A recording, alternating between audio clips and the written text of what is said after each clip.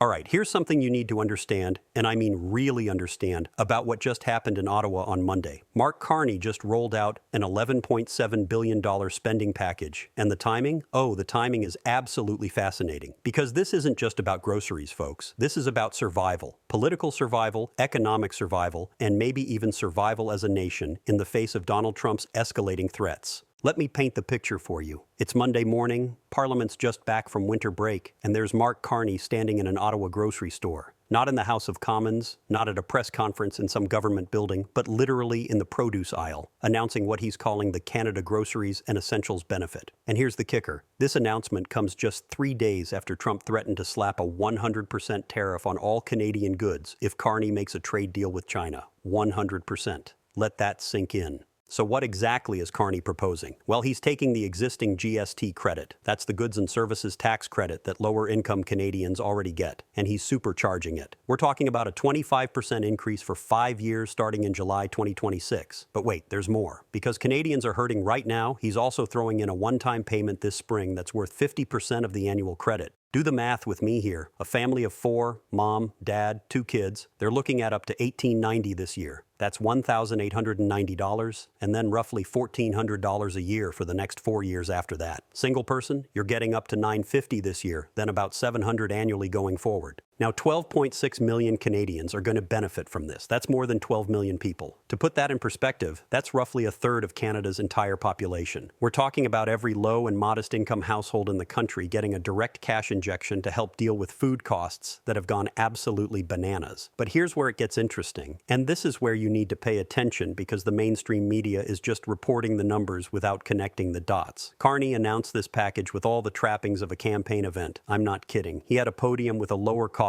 placard on it. Lower costs, like he's running for office, which technically he's not. He already is Prime Minister. But when reporters asked him point blank if he's gearing up for a snap spring election, you know what he said? Of course we're not. We're focused on results for Canadians. Right. Sure. And I've got a bridge in Brooklyn to sell you. Let me tell you why this smells like pre-election posturing. First, the optics. Grocery store announcement. Campaign-style messaging. Big, splashy number. $11.7 billion with a B. Second, the timing. Parliament just resumed. Everyone's watching. All the political players are back in town. Third, the political dynamics. Carney's Liberals don't have a majority. They've been struggling to pass legislation. They desperately need a win. And what better way to get a win than announcing a massive spending package that literally every opposition party has to support, because opposing it would be political suicide. And guess what? That's exactly what happened. Pierre Poilievre and the Conservatives, they called it a Band-Aid solution. They said it's just recycling old Justin Trudeau playbook moves, which, by the way, is actually accurate. Trudeau did double the GST credit for 6 months back in 2022. So Carney's basically taking that idea and putting it on steroids for 5 years. But here's the thing. Even though the Conservatives are calling it inadequate, Poilievre came right out and said his MPs will vote for it anyway. Why? Because you can't be seen voting against putting money in struggling families' pockets when food inflation is at 6.2%. The NDP, Alexandre Boulary, said it's a good start, but it's not going to be enough. Classic NDP positioning, support the progressive policy, but say it should go further. Jagmeet Singh has been absolutely hammering the Liberals on grocery prices for years, so they can't really oppose this without looking like hypocrites. But they're going to push for more. Price caps, windfall profit taxes on grocery chains, you name it. So Carney's got himself a political winner here. Everyone's going to vote for it. 12 million Canadians are going to get money. And he gets to look decisive and action-oriented right as Parliament resumes. Convenient, right? Now let's talk about what's really driving this. Food inflation. December numbers just came out from Statistics Canada, and groceries are up 6.2% year over year.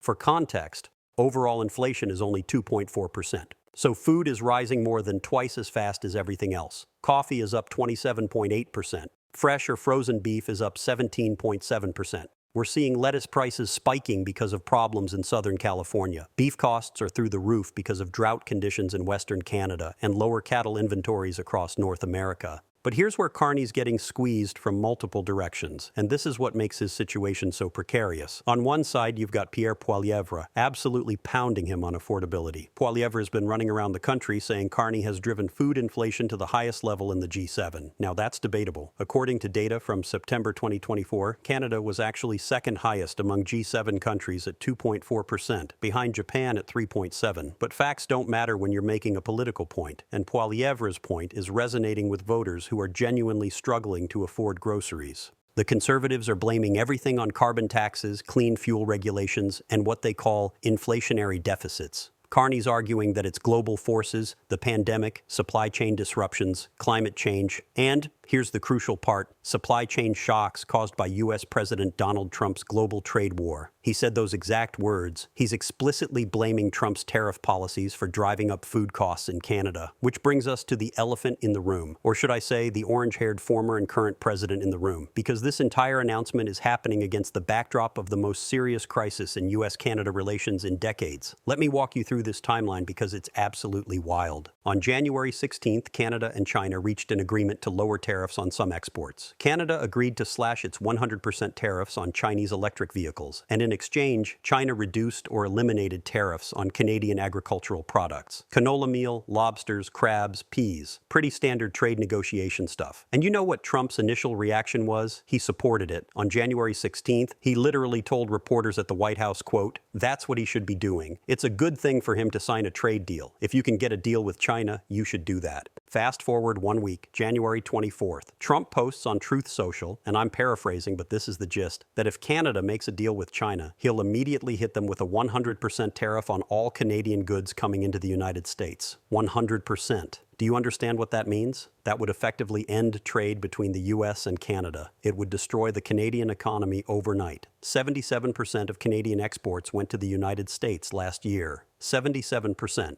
A 100% tariff would make Canadian goods completely uncompetitive in the American market. And Trump didn't just threaten tariffs. He said, and I'm reading directly from his post here, if Governor Carney thinks he is going to make Canada a drop-off port for China to send goods and products into the United States, he is sorely mistaken. Governor Carney, not Prime Minister. Governor. Because Trump keeps suggesting that Canada should become the 51st state of the United States. He's been doing this for months. He posts altered maps showing Canada as part of American territory. He revoked Carney's invitation to his Board of Peace after Carney gave a speech at Davos pushing back against Trump's bullying. At Davos, Trump said, "Canada lives because of the United States." Carney shot back that Canada doesn't live because of the United States. Canada thrives because we are Canadian. It was a direct rebuke. And Trump doesn't handle rebukes well. So here's Carney's nightmare scenario. He's got Trump threatening economic warfare from the South. He's got Pierre Poilievre surging in the polls and hammering him on affordability from the right. He's got the NDP criticizing him from the left for not doing enough. He's got food inflation at 6.2%. He's got the CUSMA, that's the Canada-US-Mexico Agreement, what Americans call USMCA, coming up for review. He's trying to diversify Canada's trade relationships because depending on the US for 77% of exports is looking increasingly dangerous when you've got a president who views Canada as a potential annexation target. And into this environment, Carney drops an $11.7 billion spending package aimed at the one issue that every Canadian household is feeling every single week when they go to the grocery store. Now let's talk about whether this will actually work.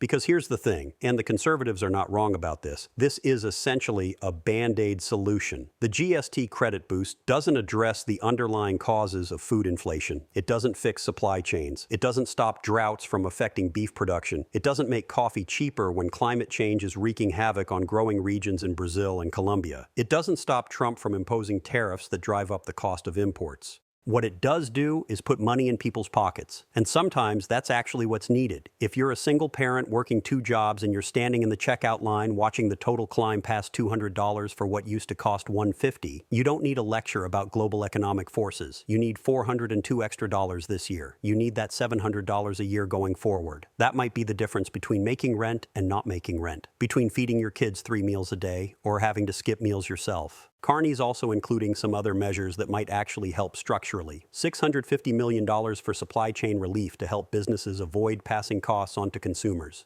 $20 million for food banks, which, by the way, saw their usage increase 90% from March 2019 to March 2024. Food bank visits have absolutely exploded. $20 million is a drop in the bucket compared to the need, but it's something. He's proposing unit price labeling requirements. This is actually a smart move that doesn't get enough attention. Unit price labeling means stores have to display the price per standard unit, per ounce, per liter, whatever, so you can actually compare products. Right now, grocery chains are engaging in what's called shrinkflation. You know what that is? That's when your bag of chips used to be 10 ounces and now it's 8.5 ounces, but it's the same price. Or your chocolate bar is smaller but costs the same. The package looks similar so you don't notice, but you're paying more per unit. Unit price labeling makes this transparent. Carney's also proposing to give more power to the Competition Bureau to crack down on anti-competitive behavior. And he wants to allow businesses to immediately write off the cost of new greenhouse buildings to encourage domestic food production. These are all reasonable structural reforms. But are they enough? Probably not. The fundamental problem is that Canada's grocery sector is dominated by three massive chains: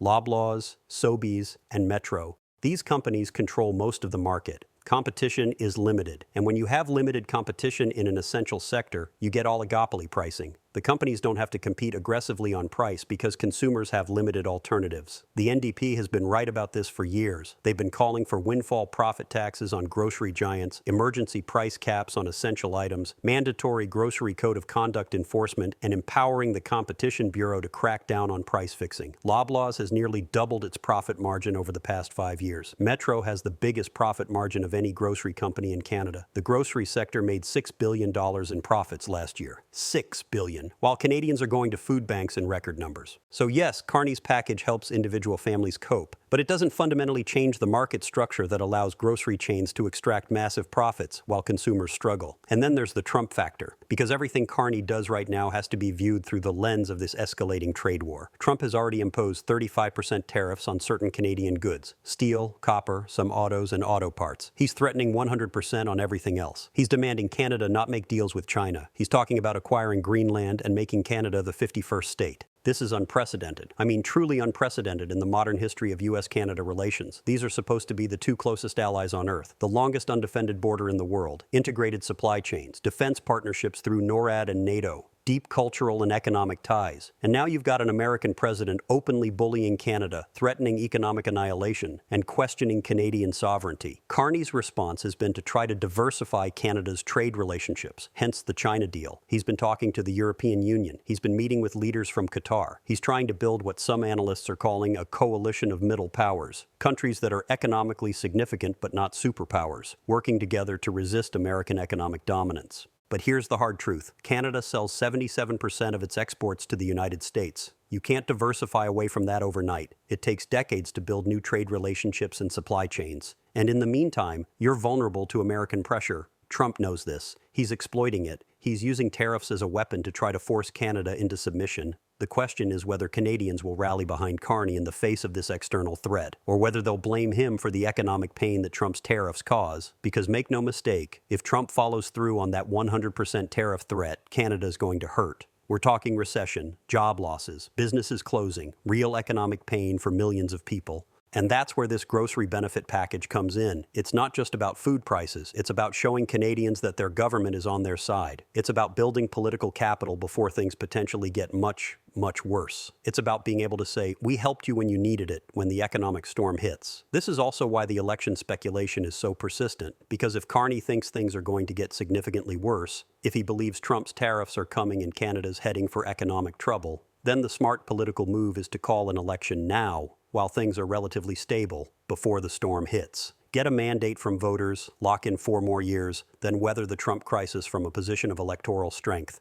The Conservatives obviously don't want that. They're polling well. They want to wait and let economic anxiety build. Let Trump keep hammering Canada. Let food prices stay high. Let Canadians get angrier and angrier. Then campaign on only we can fix this mess. The NDP is in a weird position. They're way down in the polls. They've lost ground to both the Liberals and Conservatives. They don't want an election right now either, but they can't be seen as propping up a Liberal government indefinitely. So they support measures like this grocery benefit because their values align with helping struggling families, but they criticize it as insufficient and push for more radical solutions. Poilievre's letter to Carney over the weekend was interesting. He offered to fast-track certain Liberal policies that align with Conservative priorities: trade deals, affordability measures, bail reform, major project approvals. He positioned it as cooperation, but read between the lines. He's saying, I'll help you look effective on issues I support, but I'm going to hammer you relentlessly on everything else. It's strategic positioning, and Carney took the bait. He rolled out this grocery package with Poilievre's pre-committed support. So now Carney gets a win. Poilievre gets to look reasonable and cooperative while still calling the package inadequate, and the NDP gets to push from the left. Everyone gets what they want politically, and Canadian families get some much-needed financial relief.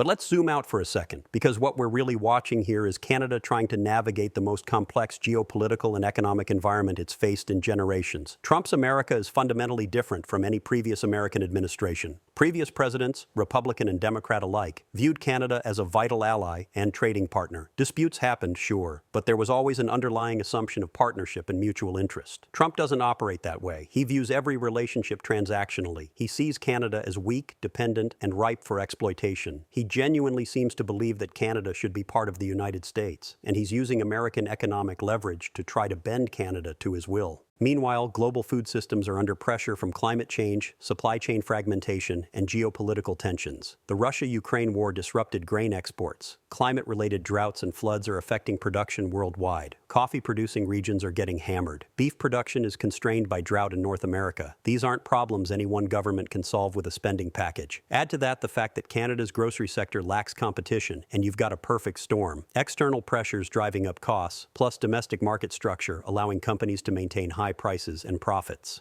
Carney's Grocery Benefit is a reasonable response to help families cope. The structural reforms, unit price labeling, competition bureau powers, greenhouse incentives might help at the margins. But fundamentally, Canada needs more grocery competition, better supply chain resilience, and, most importantly, a resolution to this escalating conflict with the United States. That last one might be the most important, because if Trump follows through on major tariffs, if Canada-US trade breaks down, if we see real economic warfare between these two countries, then an $11 billion grocery benefit is going to feel like rearranging deck chairs on the Titanic. The next few months are going to be absolutely critical. The CUSMA review is coming up. That's when the three countries, US, Canada, Mexico, are supposed to review the trade agreement and decide whether to renew it, modify it, or let it expire. Trump has leverage there. He's already shown he's willing to blow up trade deals. He pulled out of the Trans-Pacific Partnership. He renegotiated NAFTA into USMCA CUSMA. He could absolutely try to force major concessions from Canada, and Carney has to balance defending Canadian interest with maintaining the economic relationship that 3/4 of Canadian exports depend on. It's an incredibly difficult position. Too aggressive and you risk economic retaliation. Too passive and you look weak domestically and invite even more American pressure. So that grocery store announcement on Monday, that's Mark Carney trying to build political support at home while bracing for storms ahead. That's him trying to show Canadians he's fighting for them. That's him creating a buffer of goodwill before things potentially get very difficult. Will it work? That depends on a lot of factors outside his control. Trump's next moves, how opposition parties position themselves, whether food inflation continues rising or starts to moderate, whether there's an election soon or months from now, whether Trump's tariff threats are negotiating tactics or serious policy intentions. One thing is clear, though. The days of stable, predictable Canada-US relations are over. The days of assuming trade will flow freely across the world's longest undefended border are over. Canada is having to fundamentally rethink its place in the world, its economic strategy, and how it protects its interests when its largest trading partner is being led by someone openly hostile to Canadian sovereignty. An $11.7 billion grocery benefit isn't going to solve any of that. But for 12 million Canadians struggling to afford food, it's going to help. And sometimes helping people cope with the immediate crisis is all a government can do while trying to navigate the longer-term strategic challenges.